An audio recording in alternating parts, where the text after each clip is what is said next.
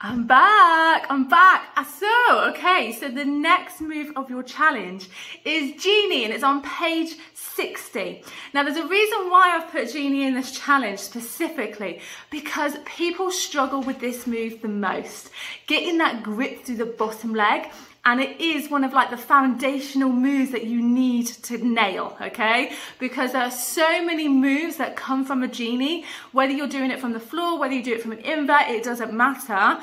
You need to make sure that we understand how to get good lock. So this one might be a slightly longer tutorial, but if you're struggling with a Genie, definitely watch it all the way through. I want you to nail it. And of course, open the page of your book, okay? Have it on display. If you're at the stage where you can actually take your hand off, you can always grab your book as well.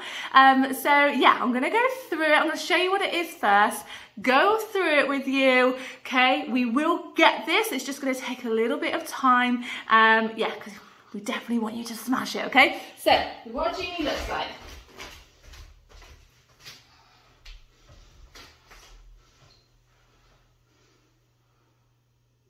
Okay, so we want the knees to stay wide.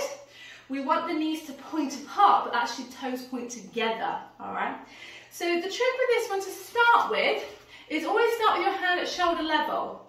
If you place your hand high and then you try and lift your leg, it's a lot more difficult to get actually behind the knee.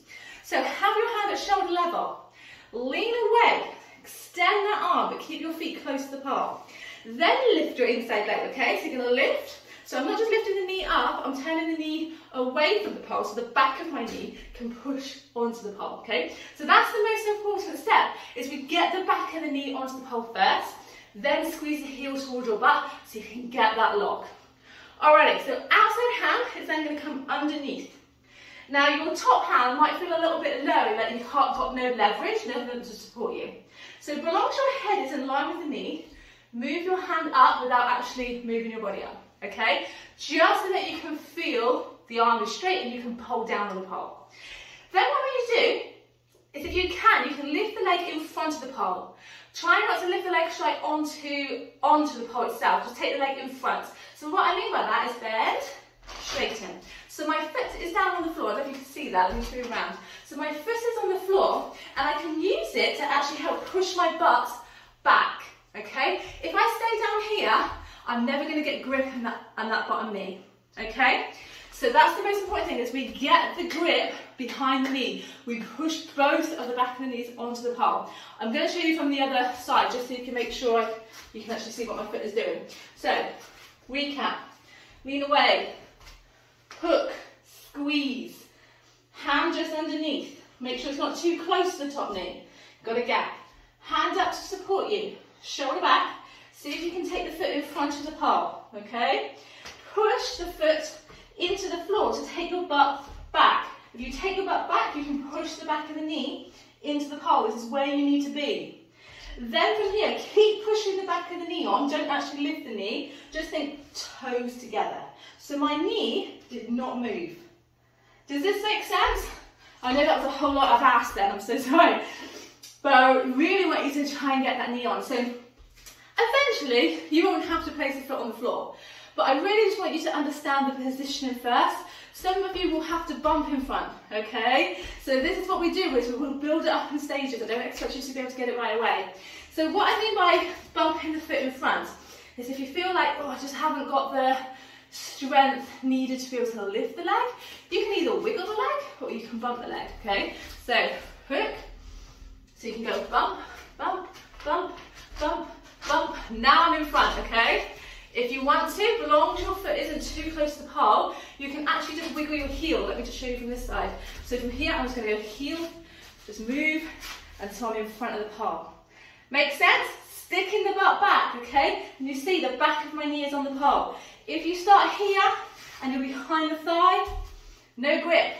You're not going to feel as secure, and it's going to make a huge difference to your progression, okay? So if we can nail these in your foundation moves, okay? You might have been doing for a whole while, and you're like, oh, I've always struggled with this move, all right? So it's always good to go back and master your foundations, because you may find you reach a point where you plateau, and you get frustrated with yourself, you're like, oh, I can't do this, I can't do it. So definitely go back. I always recommend that and remember, start from the very beginning. Even if you just go through it really, really quickly, it's really good just to refresh your mind. You might just pick up some extra tips and just ensure that you've nailed all the foundations.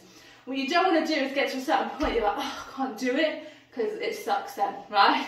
So let's make sure we nail it. Once we have that, pushing the knee on, and you point the toes together. So the knees, once they're on, don't move, just the toes point together so the lower parts of your legs like come in. Does that make sense? So once you're in that position, we are then going to slide the top hand down.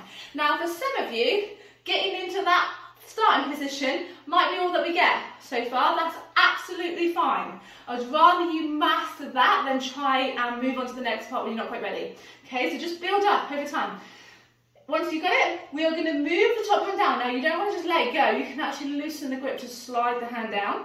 But I want you to keep the chest lifted. Naturally, you'll want to come forwards and the outside arm will bend and it feels too scary to take the hand off. So we want you to keep the chest lifted, almost like pull away from the pole, because if you can see the difference, the minute I pull away and lift, my arm is straight and I can feel the tension on the pole, which is going to make me feel so much safer, okay?